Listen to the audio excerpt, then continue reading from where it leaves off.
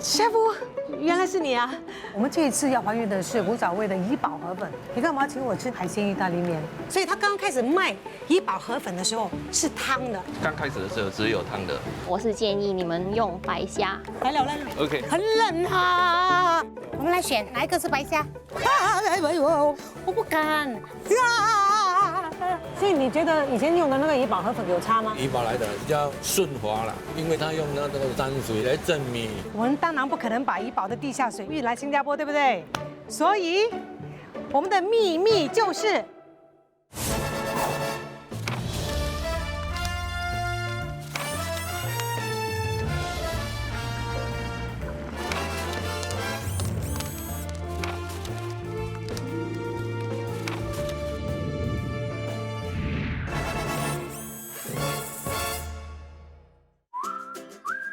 哇，这次还原古早味的怡宝河粉，资料这么多，还有这么多本书要看呢、真的假的？哦，哦，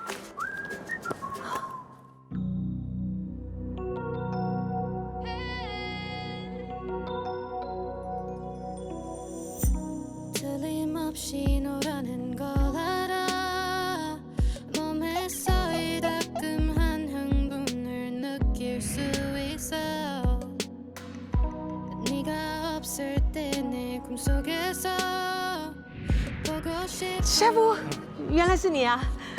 你要不要？要，你知不知道？我知道。那你还知道？我很多资料要看嘛。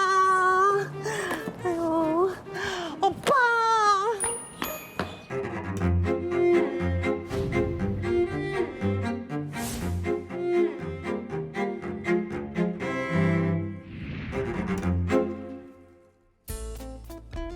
！Kim 姐，这是我们的海鲜意大利面。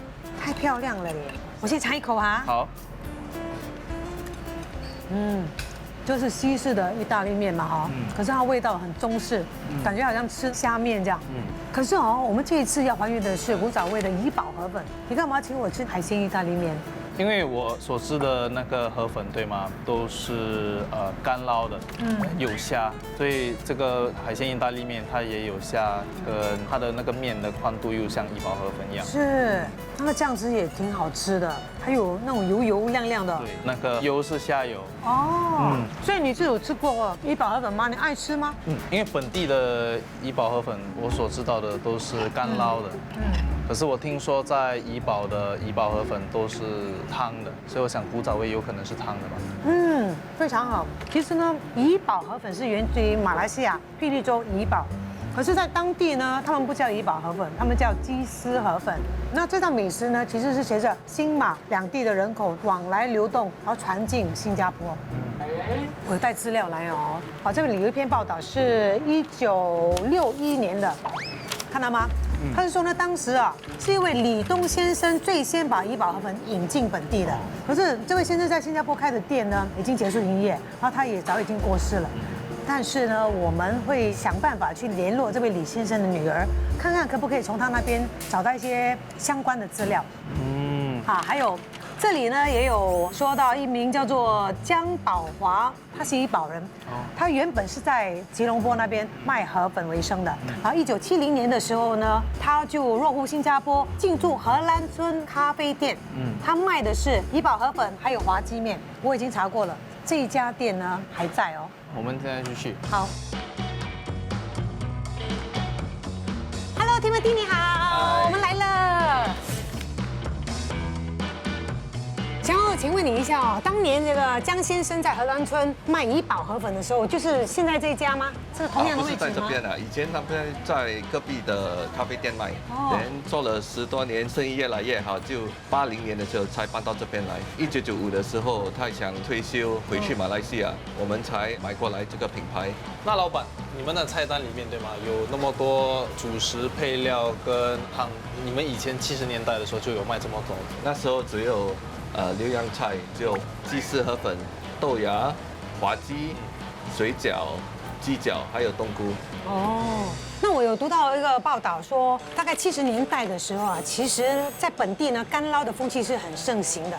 就连当地的那个广东云吞面汤啊，也变成干捞面。那个时候呢，江先生就把他的这个怡宝河粉加入了蚝油，把这个汤粉呢变成干捞河粉，结果呢就名气响当当，也成为了当时荷兰村的一个活招牌。对，我可不可以这么说呢？所以他刚刚开始卖怡宝河粉的时候是汤的，对，它刚开始的时候只有汤的，所以现在你们还有卖汤的吗？当然有，很好，那我们可不可以来2碗尝尝当然可以。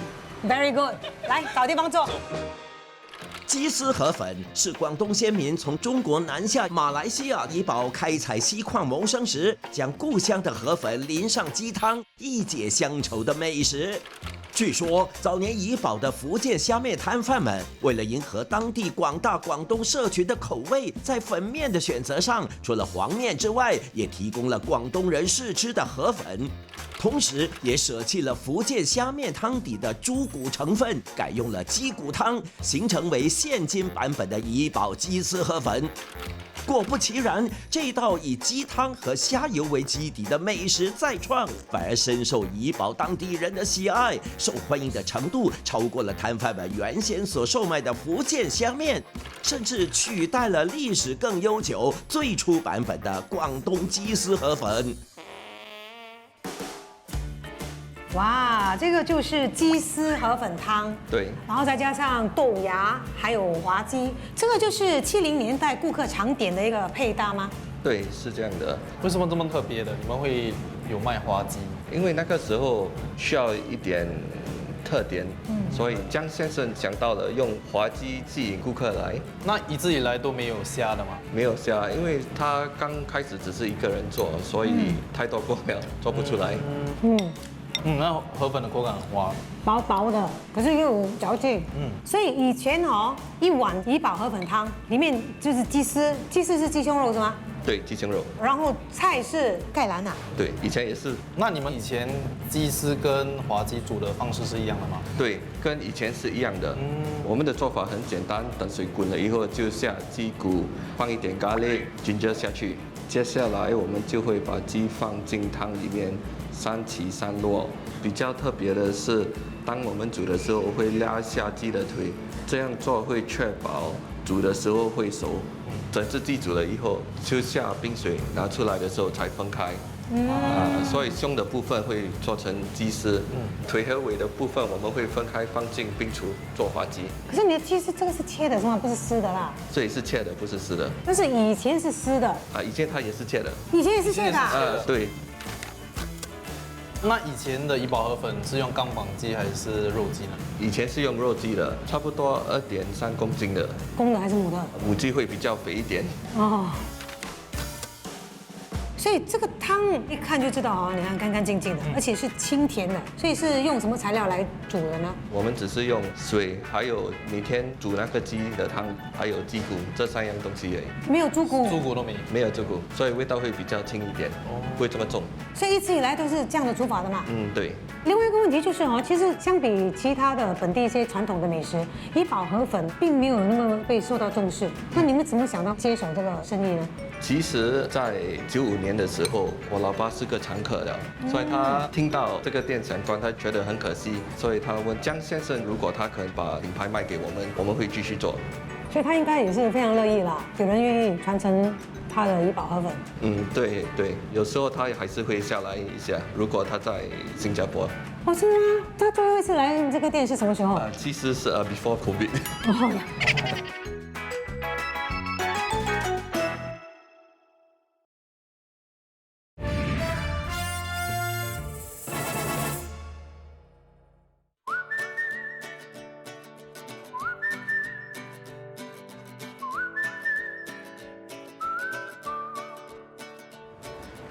嗨，周志杰你好。嗨，九恩。来，这是我谢谢们特别为你准备的油焖烧焦虾怡宝河粉。来，请坐，请坐。哇，我知道9安，其实你自己本身是有一份正职的，是的然后呢，你踏足餐饮业，其实是想要满足你心中呢想要保留本地美食的一个使命感，对吗？我们是想介绍本地的传统美食给新一代的顾客群。为了吸引他们的好奇心呢，我们把食物做得好看一点，做得好玩一点，也适合他们的口味。哇，你们考虑的范围很广啊。所以你这个是油焖，就是烧焦，是油焖烧焦虾怡宝河粉。 OK， 好，我看一下，这个是烧焦的虾，这个是鸡丝，我看不到那个河粉啊，河粉就在哪里？藏在里头。哦，就我们用的是比较中型的那种河粉，不是像那个怡宝河粉传统的那么窄，因为要翻炒嘛，要有那个镬气，那个窄的就会粘起来，所以我们就用比较中码的。有，对，就有那个有镬气对吗？那个镬气太香了。你这个酱汁啊，它的那个虾海鲜的味道非常香浓。是的，它比较浓郁一点，因为我们用了那个玉米粉来勾芡。我们的汤底呢是用了蒜蓉、onion 还有虾米来把它爆香，然后提升那个味道。我们的煮法是不用鸡骨也不用猪骨的，用虾壳还有虾头把它炒香，所以你会觉得有纯粹虾的那个香味。它是鲜甜呀，我们就是想达到这个味道，就有那个虾100%的原汁原味。然后你的这个虾真的是太漂亮了，虽然是所谓的炒大烧焦，可是烧焦的太漂亮吧？所以是故意烤焦它的吗？是的，我们为了把它的口感跟香味带出来，我们用的是那个老虎虾，所以快速的炸了一下，然后用喷火枪烤一烤那个表层，有那个虾的香味。是，让你食欲大增。是的，因为你吃到那个新鲜的虾嘛，虾甜，然后因为那个烧焦的味道，然后让你感觉哇很爽快，今天吃下去很有满足感。然后我看到我前面哦，你也拿来了2个试管。所以里面装的是什么呢？我要怎么用呢？我们也是特地设计的，就是要勾起年轻一代或者食客的那个好奇心，就觉得很好玩。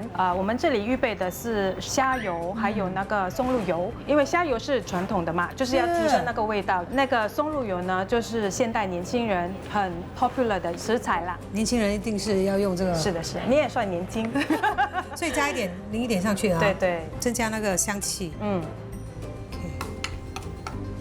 哇，那个松露的味道，你马上闻得到。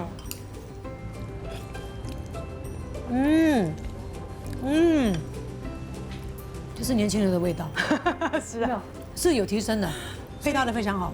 谢谢。我非常享受。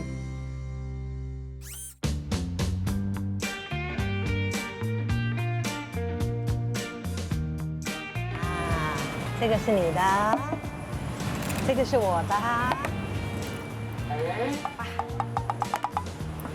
金姐，怎么说我们都合作了2次，我平常也对你不错，为什么你有好料不分享给我吃？我对你很好啊。那你这一次呢是要还原古早味的怡宝河粉，这份呢就是传统的版本了。那现在的人都比较喜欢吃干捞的吗？你这一碗汤版的怡宝河粉啊，现在已经很少人点了，它每天才卖几碗，是限量版来的，你一定要好好的珍惜，知道吗？这个呢就是虾婆虾河粉了，好，有虾婆，还有虾。菜心、炸葱头，还有非常漂亮的河粉。我的呢只有虾，有鸡丝，有菜心，还有炸葱头。你的鸡丝是非一般的鸡丝哎，你看这个是鸡腿肉哎，好吃好。我的汤呢也有一点虾的鲜甜。我已经帮你打听了，这家摊主呢，陈老板，其实他以前是电工，然后1976年的时候呢，他就跟一个售卖怡宝河粉的朋友学了这门手艺。后来呢，为了要吸引更多的顾客，他就推出了这个虾婆虾河粉、鲍贝虾河粉、鲍鱼菇虾河粉。金姐，我在网上看到他们的招牌叫沙河粉，为什么会叫沙河粉？我怎么说也做了3个系列的古早味侦探，这个我知道。沙河粉呢？其实就是河粉，据说河粉呢是起源于中国广东省广州市的沙河镇，所以才有这样的一个名称。最初的沙河粉呢，用的是纯正的白云山泉水来浸泡大米，然后磨成米浆之后呢蒸制而成的。那一般啊，我们说这个沙河粉呢，指的就是在猪头档吃的那种宽版的河粉，而怡宝河粉呢，就是这种比较窄版的河粉。金姐，我还有一个问题。你为什么这么多问题？我们请老板来，你慢慢问他好吗？ OK。陈老板，老板，你的河粉呢是怡宝来的吗？之前有啦，开始的时候，是怡宝来的，后来就是新加坡的。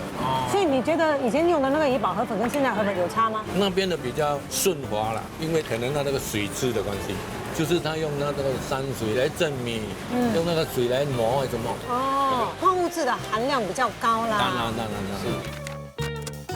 老板，你的汤很清甜诶，你的汤是怎么煮的？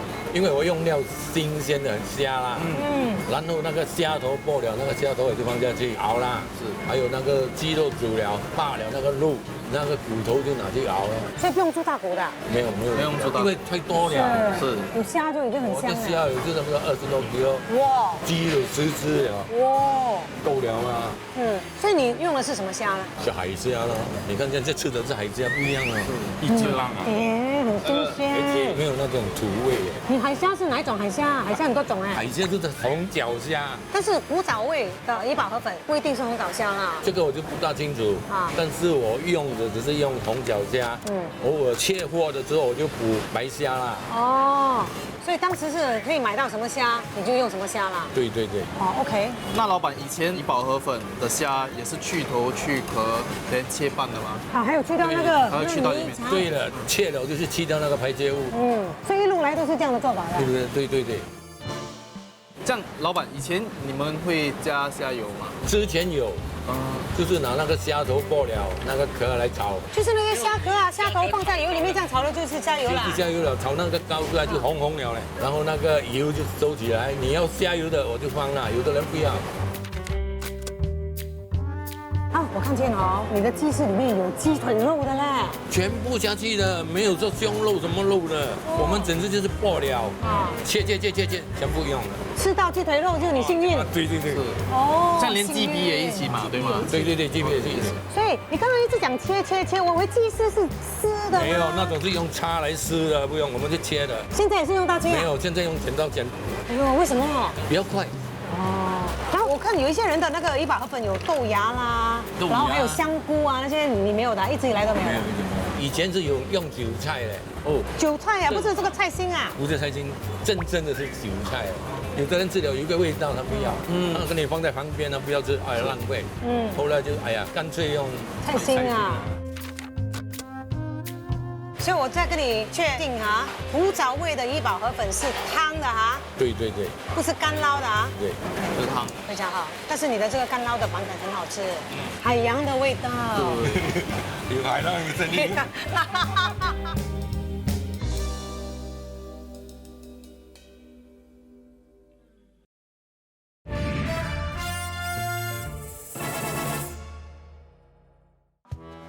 阿燕，请问阿燕在吗？阿燕是我外公，我叫 David。哦，David，啊，你好，我以为阿燕是外婆哎。哦，不是，她叫刘燕婷，她是男的。哦，不好意思啊，但是我知道你们的档口呢，一直以来都是卖河粉料理起家的，而且档口历史非常悠久，对吗？对的，我们是于1940年在马来西亚沙巴三打根的老巴萨贩卖这个炸肉大粉。我们是客家人，所以我们的炸肉是南乳炸肉，然后大粉指的是河粉，所以就是那个怡宝河粉窄版的河粉。对。但我可以这么说吗？炸肉大粉呢，就是三打根客家人的一个非常传统的河粉美食。对的。太好了，所以我去找个位置，请你跟我来一份炸肉大粉。好的，谢谢。哇，太香了，炸得很香脆，很香。哇，我可不可以先喝一喝那个汤啊？哦。哇，这个汤蛮清香的。我们的汤头是用了新鲜猪骨，然后吊片、虾米、江鱼仔熬制8小时而成的。哦，所以它的汤其实不是那种浓稠的那种，但是味道还是很足的。所以再讲到这个河粉，你刚刚说你们的大粉用的就是怡宝河粉那种窄的，对的然后这种小小的。外公以前是自己做河粉的，所以我们都是100%用米做。哦，对，所以我们叫大粉。但是现在呢，你们自己用的河粉是怡宝河粉吗？还是新加坡做的？我们用的是新加坡，但是我们找了很多厂商，这个是最接近我们要的品质。然后他用了80%的那个米去制造的。它确实不像一般的那个怡宝河粉，很滑，然后很幼。它是米香确实是比较多，对它的米香比较明显。听到吗？你刚刚说你的炸肉是南乳腌过的，然后拿去炸，对我吃得到南乳的香味。不过通常人家炸的东西啊，不会放在那个汤里面。可是为什么你会把你的炸肉放在汤里面呢？这是我外公传下来的，因为我们的炸肉是用南乳腌制，所以我们把它融入在那个汤里面，汤头味道会更加的浓郁。哦，所以这个猪肉哦，用的是哪一个部位的猪肉呢？我们有2种部位，一个是3层肉，一个是前腿肉。这样的话就有肥肉跟瘦肉，所以吃的时候有不同的口感。对的。哇，太棒了！你们还有放油条，对，感觉就好像吃那个肉骨茶一样，是有油条的。哇，所以谢谢你把这个三打根的非常传统的河粉料理带来新加坡，非常美味，我相信很多人会很喜欢。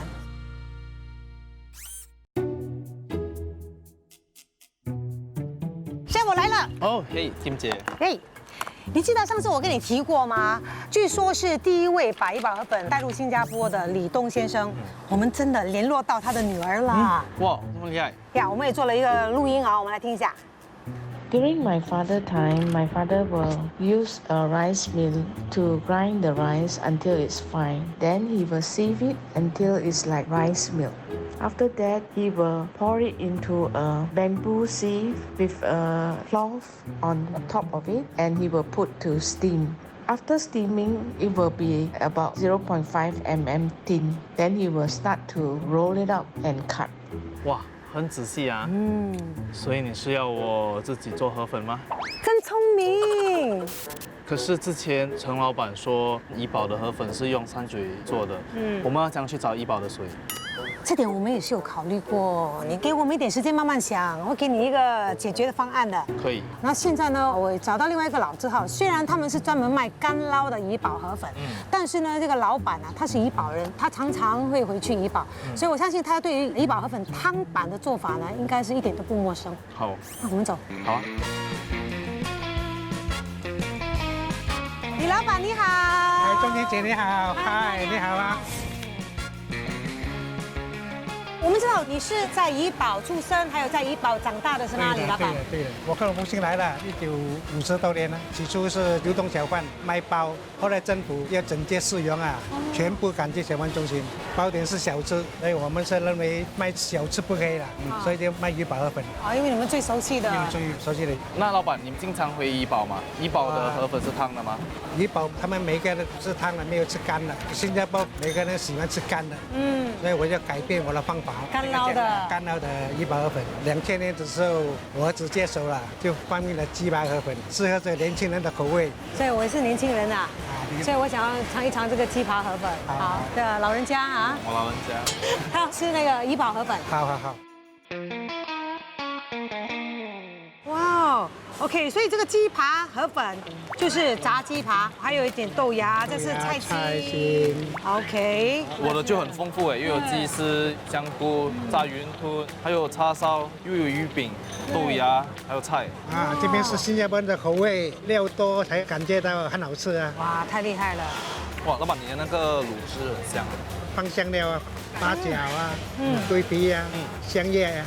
还有胡椒粒酱啊，这个是香料的味道啊。是，而且把那个河粉啊跟这个卤汁拌在一起吃，是非常非常的滑，很顺滑。那个汤也很鲜甜。这样，老板，你的汤有拿来煮卤汁吗？对了，这个汤拿来煮汁。是怎么煮的呢？你这个汤？就是清水，放一只鸡下去 ，OK， 然后放黄豆、酱鱼仔，还有那个胡椒粒，放鸡骨，猪骨，下去熬，那老板，你的怡宝河粉没有虾嘛？你煮汤的时候就用酱油色来取代虾，是吗？对呀、怡宝河粉是鸡丝跟虾嘛，那你要做干捞的，你还是可以放虾嘛？为什么你不要放虾？因为虾比较多工嘛，要8克。而且我这个怡宝粉已经很多料了，我们的酱汁也是很厚，所以放虾也是吃不到它的味道。是。那我知道传统的怡宝河粉，他们有放那个虾油啊。虽然你没有放，但是你知道他们是怎样做的吗？这个虾油？据我所知啊，它是用虾壳跟油下去炒，炒香了之后呢，他们是拿上来，吃的时候他就拿汤放一点虾油下去就是跟我们之前听到的是一模一样的。那老板，那个鸡丝对吗？是用手拔的吗？是用手整只拿出来扒，可是别人是切的，为什么你这是撕的？扒就是用切吗？所以你还有切啦？撕出来之后切。有啦，所以是切的啦，他拔那个大块的出来，然后切啦。所以老板，你们的怡宝河粉用的是本地做的呢，还是怡宝进口的？以前呢是用怡宝运过来的，因为交通不方便啦。后来本地有人做，而且它的质量是不错，所以我们也敢用本地的。本地的比较薄，怡宝的比较厚。然后会比较宽吗？还是差不多这样？一样宽。所以老板，传统的怡宝河粉其实它有哪一些配料的？传统的就是鸡丝、虾、韭菜，还有大葱头。所以你现在回去吃那个怡宝河粉也是一样的？也是一样，没有改变到？没有改变，这是传统。所以他们也叫怡宝河粉吗？他们叫鸡丝河粉。OK， 所以今天我吃的是鸡扒河粉。对，鸡扒粉。你吃的是本地的河粉。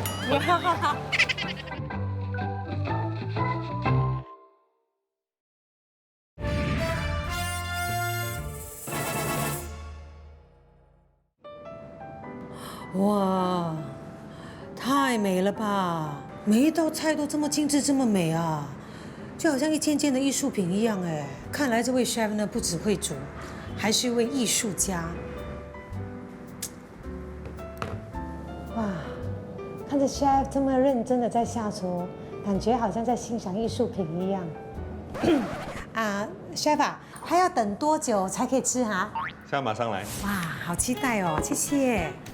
哇哦，这一道菜是就是我自创的怡宝河粉。那河粉在哪里？它河粉就是它上面那一个透明用米酱做成的一个薄片，而且是把这个怡宝河粉弄成一个冷的一个前菜。这是入口即化的，所以它感觉比较好像一层薄薄的，好像那种 jelly 这样。对。是怎么做的呢？米浆还有加什么？那个日本的那个昆亚菇包的了。哇，凉凉的。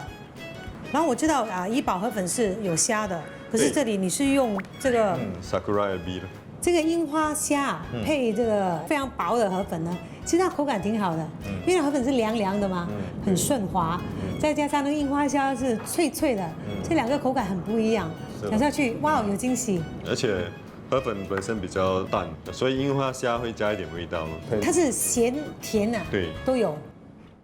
中间就是炸的黑鸡皮，和加了一点腌制的 green chili， 还有一点就是那个菠菜。因为小时候吃过的第一个版本的怡宝河粉是有一点药材味在里面，所以我们就加了一点当归，还有一点就是拿一点腌那个鸡的那个酱汁去腌制这个配菜了。然后在下面一层就是那个黑鸡，黑鸡我们就是用那个鸡汤还有它的骨去煮，给它软，然后再浸泡在同样的那个汤底里面隔夜，让它的味道更深入。最下面一层就是那个菠菜的叶子，弄成一个菠菜的酱汁这样。我现在把所有的配料跟你的黑鸡肉放在一起，放在嘴里面看有什么感觉。哇，太香了！我感觉我咬到当归淡淡的香味，然后菠菜，然后还有那个鸡汤。因为它有各种各样的味道，是的，可是它又很和谐的，就在你的嘴巴里面，再加上你的鸡肉是滑的，可是鸡皮你拿去炸了之后它是脆脆的，所以送进嘴里之后那感觉是很美妙的，哇哦，太完美了，这个配搭太好了。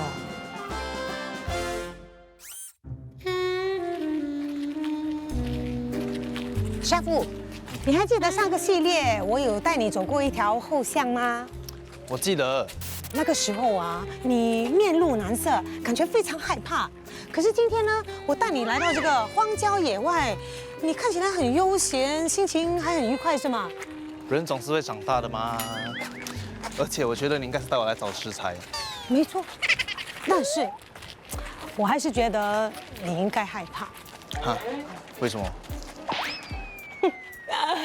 你有带泳裤吗？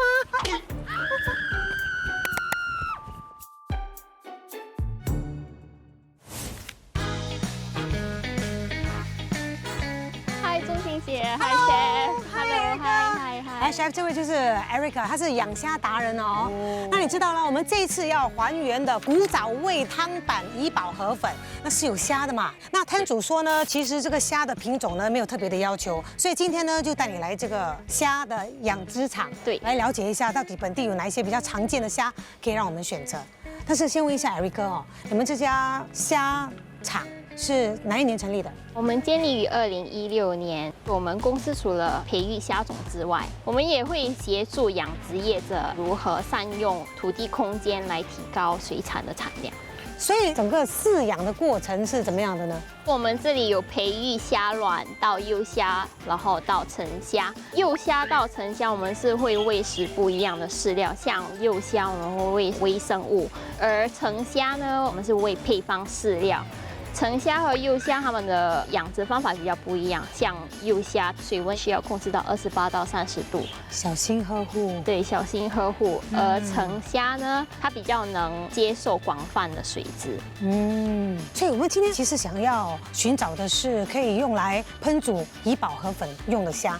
请问你有什么建议吗 ？OK， 我们这间虾场大概有3种品种：白虾、老虎虾，还有日本囊对虾。日本囊对虾，它的英文名叫 Kuruma Shrimp， 也俗称九节虾。像老虎虾跟日本囊对虾，它们的养殖其实有一点不一样。日本囊对虾更难养殖，因为它们喜欢藏在沙里面，然后它们对水温、水质很敏感。白虾是这世界上养殖产量最高的一种虾种，也是市场上最普遍的虾。我是建议你们能用白虾。但是你们听说过拿人食材替人消灾，所以你叫他好用这个劳力来换取他的食材，可以吗？我们刚好也需要收成90到100天的白虾，不如你们可以他收成白虾，来换裤，走。啊，你的虾池才这么大而已啊！还是你们要去那个大池里面收成？我们先这个了哈，因为他不会游泳啊，好，所以这里比较适合他啦。我的工作人员会示范怎么收成，所以里面全部都是白虾，白虾还有老虎虾，然后你们要把老虎虾挑出来。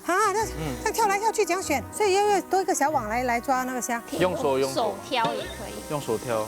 你要用了，你自己挑哈。这样子就放回去啊。对，白虾你会看到它是比较透明的，老虎虾你看尾巴也是有黄色，然后它也有条纹，一条一条的。OK 好这够用了吗？就不用下去了。OK 啦，够了 ，Let's go 了。OK 我们来了哈，We come down already 哈。哟。OK。哎呦。All right。这个梯级 OK 的吗？可以 OK。哎呦，不用去到这样高啦。哎呦，回家。来了。OK。哇，还好我够高嘞。如果我不够高那个水就在我的脸，很冷啊。很凉。OK 好 ，We need the net。OK 好 ，OK，Are you ready？ 1、2、3，走。来，宝贝呀，宝贝儿，乖宝贝儿，来。有吗？可是我才2、3条虾而已。我们要走远一点吗？你们要靠边捞，不要捞中间，因为通常虾会在旁边。OK 好，来，继续加油。有了。很多了。哇，OK， 乖乖哟！我只是怕它跳进我的衣服里面而已。OK 好，我们来选哪一个是白虾。我都还没有动，它已经跳起来了。我不敢。为为什么你们要把这个白虾跟老虎虾掺在一起？这样要卖的时候不是很麻烦哦？这是给你们的挑战。哦，原来是烤蹄。你分呢？我拿上来，你分了。这个白虾啊，哎呀，这个老虎虾啊，OK 好，OK 好。那哦，这个老虎虾，哎呦，我不是故意的，sorry，很累嘞。其实不错哎，你挑的蛮多的。可以的，你们可以上来了。可以了吗？够用吗？够，我们去还原古早味吧。 OK， 收工。我要冲凉。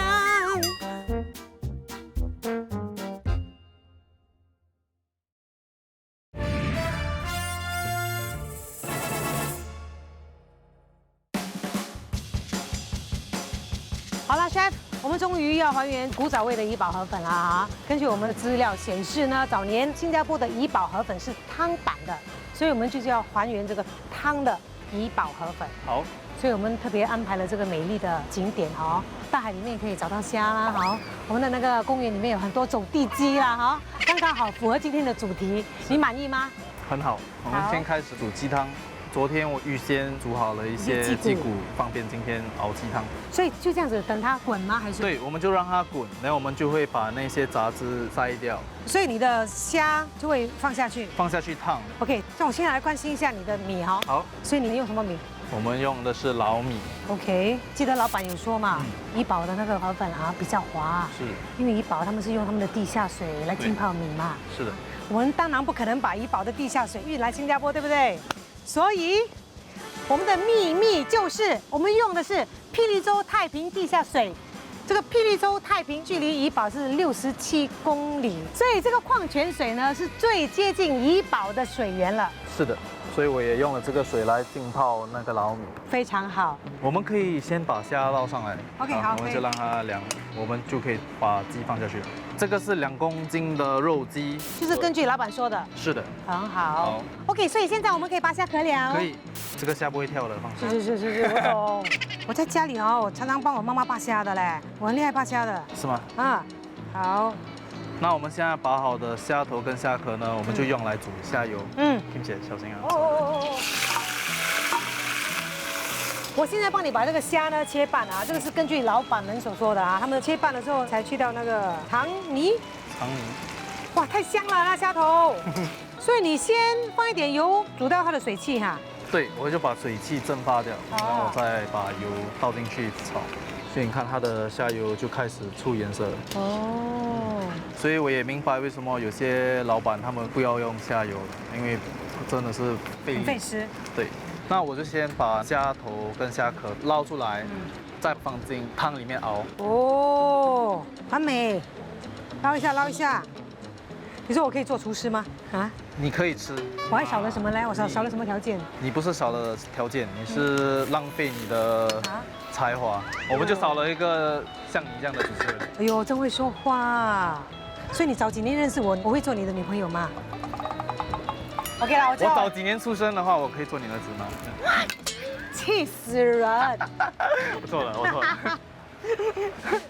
好，现在我们就准备磨米浆了。好。Kim 姐，你要试看吗？我不说你不知道，我石磨啦，那个泥泞啦，我全部都用过了。那有什么 advice 吗？做磨米浆？啊，这样要有力，我看你有吗？有，你有肌肉，可以。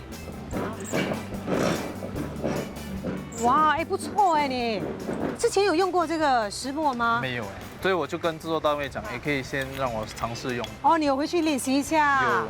而且你还很聪明啊，故意把这个弄高，然后你整个手势啊、力度啊都很适合你。看到吗？旁边那个米浆已经流出来了。哦呦，哦，要关小火吗？对，慢慢给它焖。好，我们就继续。交女朋友是这样嘞，你不要不理她嘞，你不理她哦，她就会冒火的嘞。是吗？你要时不时要注意一下哦。交女朋友是这样的哈，我给你点 tips 啊。好。来加油加油！所以这一碗就够用了哈，差不多了哦。你看这个竹筛这么小，而且每一次呢它是0.5 mm 而已，很薄的，所以应该是够用，对吧？可以。太完美了！哇，看到了没有？看到了没有？你看，等一下这个米酱我们要过一次筛。对，李东先生的女儿也是这么说的。做完米浆之后，这个米酱还要过筛了。对 ，OK， 好，直接我们就把它筛掉。哦，对，我看一下，摸一下，摸一下。好，好像沙一样哦。是的。OK， 好，所以我们的这个竹筛呢也准备好了，换一块白布。那个布我已经浸泡了水，这样它就比较可以贴那个竹筛。哦。如果干的话，有些边它不会粘住。哦。那我倒了米浆，现在我们就把它放进去，蒸3分钟。好，3分钟。我们在等的时候还有什么东西要做吗？我们先把鸡捞上来，让它冷却，然后我们可以把它鸡丝。是的 ，Chef 来。OK， 还有最后的30秒，你有把握吗？可以，有把握。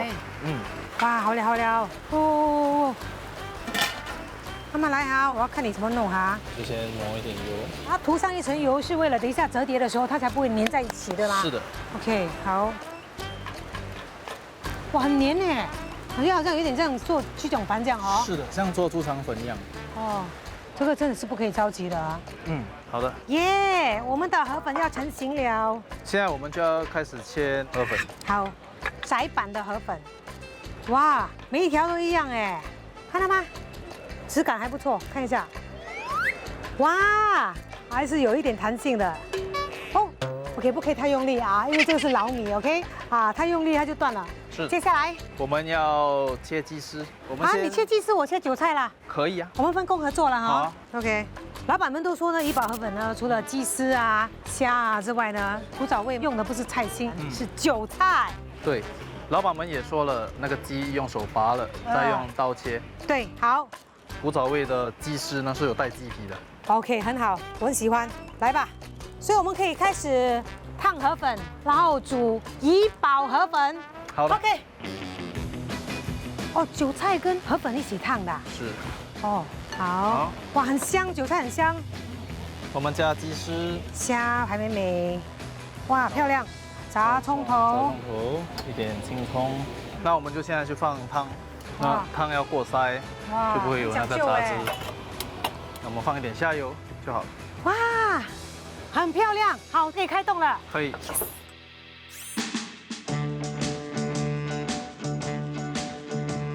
哇，终于要尝到这个古早味的怡宝河粉了。是。那我就不客气啦，我开动啦。好。你虽然有放了那个虾油啊，我不感觉到它的油腻，反而是让整个汤头更加漂亮。是，而且也提了它的香味跟鲜味。OK， 可能因为我本身很喜欢韭菜，放韭菜反而让这个汤头更加鲜香，非常好，韭菜。这个用矿泉水做的河粉，口感真的是比较滑一点。就没有像现在工厂做的可以这样薄啦，没有这么薄。对，因为我们是手工的，人家工厂做的是机器的，所以它可以每一片都很薄。是，我不知道古早味是怎样啦。哇，它感觉你看它的质感啊，然后因为它是老米做的，刚才是一条一条的，现在放在碗里，如果我这样稍微搅拌一下，它就断了。就是古早味的河粉。哇，鸡丝是切的。然后看到吗？这个皮，我觉得古早味的怡宝河粉比较符合我的口味。它虽然是清淡，可是它有它的特色。是的，你可以吃到虾的鲜，还有这个鸡肉的那个味道。喝起来比较甜的味道。所以你觉得这一次在整个还原这个古早味怡宝河粉的过程中，你有什么东西有惊喜到你，或者是哇新的发现吗？我个人觉得。古早味真的是用简单的食材，用点心也可以呈现一个很好吃的怡宝河粉。然后我也很敬佩现在的摊主们，敢于去做变化，来符合现在人的口味。我也觉得你做的很棒啊！想不到这个古早味的怡宝河粉做出来是这么朴实，可是味道是很丰富、很鲜美的。总之呢，这一次寻找还有了解怡宝河粉的古早味的这几天啊，我觉得我们好像是在跟随着先辈们的脚步，看着他们从中国来到南洋，然后就把这个怡宝的美食带到新加坡。但是来到这里之后呢，我们不同的籍贯啊，他们的口味都不一样，所以他们就把食物呢进行在地的改良。